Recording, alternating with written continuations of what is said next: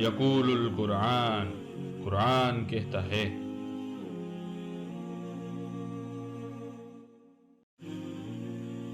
اعوذ باللہ من الشیطان الرجیم، بسم اللہ الرحمن الرحیم۔ سورۃ البقرہ۔ اے نبی صلی اللہ علیہ وسلم، یہ آپ سے چاند کی گھٹتی بڑھتی صورتوں کے بارے میں پوچھ رہے ہیں۔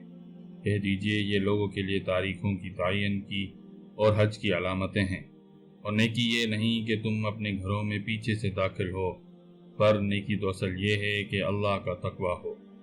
لہذا اپنے گھروں میں دروازے ہی سے داخل ہوا کرو اور اللہ کا تقوی اختیار کرو تاکہ تم فلاح پاؤ، اور اللہ کی راہ میں ان سے قتال کرو، لڑو جو تمہارا قتال کرتے ہیں، مگر حد سے تجاوز نہ کرو۔ بے شک اللہ تعالیٰ حد سے تجاوز کرنے والوں کو پسند نہیں کرتا۔ انہیں قتل کرو جہاں بھی انہیں پاؤ، اور نکالو انہیں وہاں سے جہاں سے انہوں نے تمہیں نکالا، اور فتنہ قتل سے بھی زیادہ برا ہے۔ اور مسجد الحرام کے پاس انہیں قتل نہ کرو یہاں تک کہ وہ تمہیں وہاں قتل کریں، پھر وہ تم سے لڑیں تو قتل کرو انہیں، یہی بدلہ ہے کافروں کا۔ پھر اگر وہ باز آ جائیں تو اللہ تعالیٰ غفور و رحیم ہے۔ اور ان سے لڑتے رہو، قتال کرتے رہو یہاں تک کہ فتنہ مکمل ختم نہ ہو جائے اور دین صرف اللہ کے لیے ہو جائے۔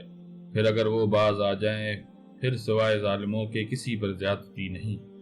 ماہ حرام کا بدلہ ماہ حرام ہی ہے، اور تمام حرمتوں کا لحاظ برابری کے ساتھ ہوگا۔ لہذا جو تم پر دست درازی کرے تم بھی اسی طرح اس پر دست درازی کرو، اور اللہ کا تقوی اختیار کرو، اور جان لو کہ اللہ تعالیٰ متقیوں کے ساتھ ہے۔ اور اللہ کی راہ میں خرچ کرو، اور مت ڈالو اپنے آپ کو اپنے ہاتھوں سے ہلاکت میں، اور احسان کا طریقہ اختیار کرو، بے شک اللہ محسنوں کو پسند کرتا ہے۔ اور اللہ کے لیے حج اور عمرہ مکمل کرو۔ اگر تمہیں گھیر لیا جائے تو جو بھی قربانی پیش کر سکو تو کر دو، اور اپنے سر کے بال نہ مونڈو جب تک کہ قربانی اپنی جگہ نہ پہنچ جائے، مگر جو شخص مریض ہو یا جس کے سر میں کوئی تکلیف ہو اس بنا پر اپنا سر منڈوا لے تو اسے چاہیے فدیہ کے طور پر روزے رکھے یا صدقہ دے یا قربانی دے۔ پھر جب تمہیں امن حاصل ہو تو جو شخص حج سے پہلے فائدہ حاصل کرے عمرے کا تو وہ قربانی ادا کرے جو بھی اسے میسر ہو، اور جس کے پاس قربانی میسر نہ ہو تو 3 روزے رکھے حج کے زمانے میں، اور گھر لوٹنے پر 7۔ یہ 10 روزے ہوں گے مکمل۔ یہ رعایت ان لوگوں کے لیے جن کے گھر مسجد حرام کے قریب نہ ہوں۔ اور اللہ کا تقوی اختیار کرو، اور جان لو کہ اللہ تعالیٰ سخت سزا دینے والا ہے۔ حج کے مہینے معلوم ہیں، تو جو کوئی بھی ان مہینوں میں حج کی نیت کرے تو حج کی حالت احرام کی حالت میں کوئی شیوانی فعل، کوئی بدعملی، کوئی لڑائی جھگڑے کی بات سرزد نہ ہو، اور جو نیک کام تم کرو گے وہ اللہ کے علم میں ہوگا۔ اور سفر کے لیے زاد راہ لے لیا کرو، اور سب سے بہتر زاد راہ تقوی پرہیزگاری ہے۔ پس اے ہوش مندو میری نافرمانی سے پرہیز کرو۔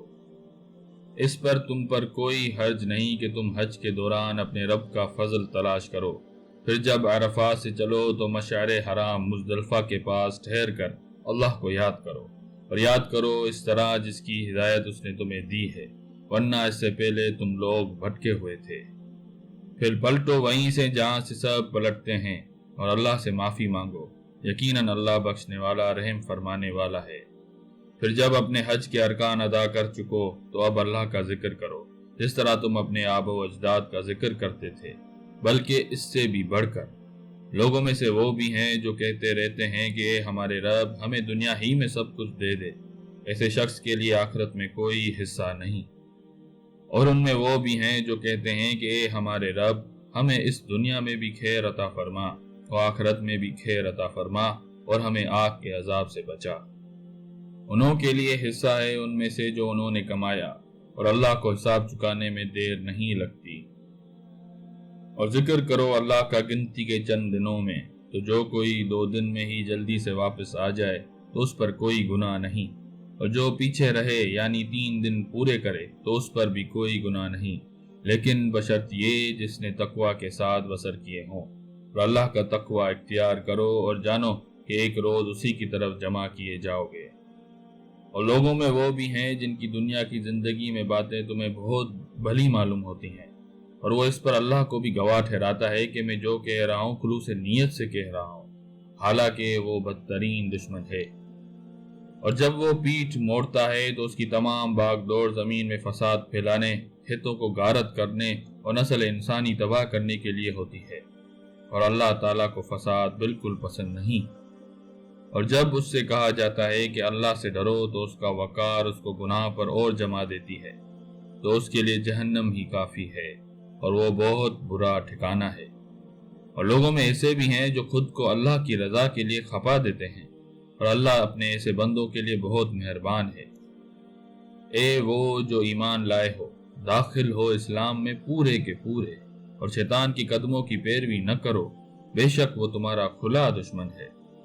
پھر اگر تم پھسل گئے اس کے بعد کہ واضح تعلیمات تم پر آ چکی ہیں، تو پھر جان لو کہ اللہ غالب اور حکیم و دانا ہے۔ کیا وہ اس کے منتظر ہیں کہ اللہ خود سامنے آ جائے بادلوں کے سائے میں، اور فرشتے بھی آ جائیں، اور فیصلہ ہی کر ڈالا جائے، اور تمام معاملات اللہ ہی کی طرف لوٹا دیے جائیں گے؟ پوچھو بنی اسرائیل سے کہ ہم نے انہیں کتنی روشن نشانیاں عطا کی تھیں، اور جس نے بدل دی اللہ کی دی ہوئی نعمت اس کے بعد کہ وہ اس کے پاس آ چکی، تو جان لو کہ اللہ تعالیٰ سخت سزا دینے والا ہے۔ وہ جنہوں نے کفر کیا ہے ان کے لیے دنیا کی زندگی بڑی محبوب و دل پسند کر دی گئی ہے، اور وہ اہل ایمان کا مذاق اڑاتے ہیں۔ اور جنہوں نے تقوی اختیار کیا تو قیامت کے دن وہ ان سے عالی مقام پر ہوں گے، اور اللہ جس کو چاہے بغیر حساب رزق عطا کر دے۔ تمام انسان ایک ہی امت تھے، پھر اللہ سبحانہ و تعالیٰ نے نبیوں کو بھیجا جو بشارت دیتے تھے نیکوکاروں کو اور ڈراتے تھے غلط کاموں سے۔ اور اللہ جل جلالہ نے نازل فرمائی ان کے پاس کتاب حق کے ساتھ، جو فیصلہ کر دے ان میں جن میں وہ اختلافات رکھتے تھے، اور نہیں کیا اختلاف ان میں مگر انہوں نے جن کو نشانیاں دی جا چکی تھیں، محض آپس میں زیادتی کرنے کے لیے۔ بس اللہ نے ہدایت دی ان کو جو ایمان لائے، جس میں لوگوں نے اختلاف کیا ہوا تھا، اپنے اذن سے حق کا راستہ دکھا کر۔ اللہ جسے چاہتا ہے ہدایت دیتا ہے سیدھے راستے کی طرف۔ کیا تم نے یہ سمجھ رکھا ہے کہ تم جنت میں داخل ہو جاؤ گے، حالانکہ تم پر وہ سب کچھ تو گزرا ہی نہیں جو تم سے پہلوں پر گزرا؟ ان پر آئیں مصیبتیں، بھوک کی اور تکالیف، اور ہلا دیے گئے، یہاں تک کہ وقت کے رسول اور وہ جو ان کے ساتھ ایمان لائے تھے کہ اٹھے کہ کب آئے گی اللہ کی مدد۔ جان لو اللہ کی مدد قریب ہے۔ وہ آپ سے پوچھ رہے ہیں کہ وہ کیا خرچ کریں۔ کہیے جو بھی تم خرچ کرو مال میں سے، پھر وہ ہے والدین کے لیے اور رشتہ داروں کے لیے اور یتیموں کے لیے اور مسکینوں کے لیے اور مسافروں کے لیے، اور جو بھی بھلائی تم کرو گے وہ اللہ کے علم میں ہے۔ تم پر جنگ فرض کر دی گئی ہے اور تمہیں وہ ناگوار ہے، ہو سکتا ہے جو تمہارے اوپر ناگوار گزرے وہ تمہارے لیے خیر ہو، اور جو تم اپنے اوپر خیر سمجھو وہ تمہارے لیے بری ہو، اور اللہ جانتا ہے اور تم نہیں جانتے۔ صدق اللہ العظیم۔